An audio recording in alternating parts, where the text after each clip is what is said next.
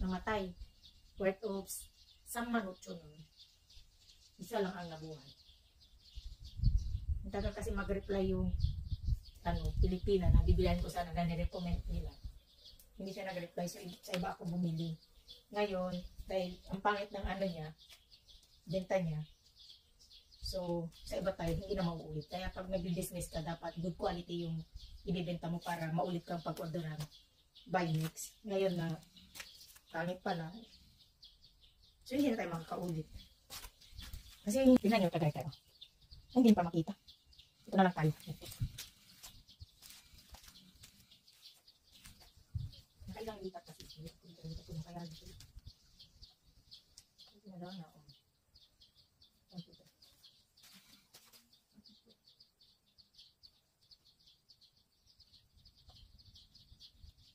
Sitaw din.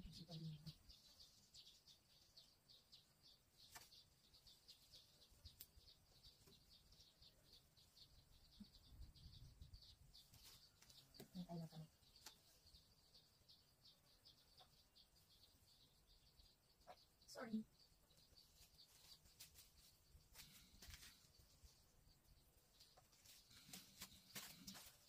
Sana mabuhay ka.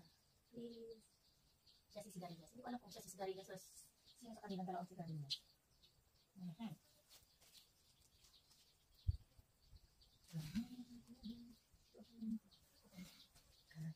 munti ang halaman doon. Marumi ang aking kamay. So, bad news dahil marami akong tanim na namatay. Tayo magagawa namatay nga.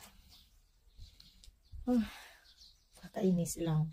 Pangit yung nabili kong okra ko kasi nga red siya. Ayoko ng red na okra.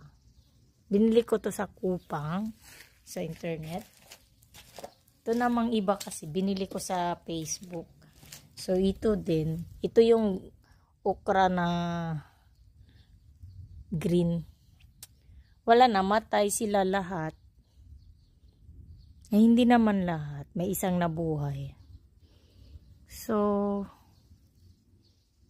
bibili ulit tayo kung may mabibili na ibang itatanim dito. Kasi sayang tong taniman.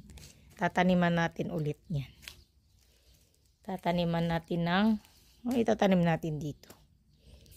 Kasi sayang yung area na to pag hindi natin tataniman. So, proceed tayo doon sa iba nating tinanim ulit. So, ang ganda-gandang pinagkagawa ng pag-anlakada ng ampalaya. Wala, namatay yung ampalaya ko Ito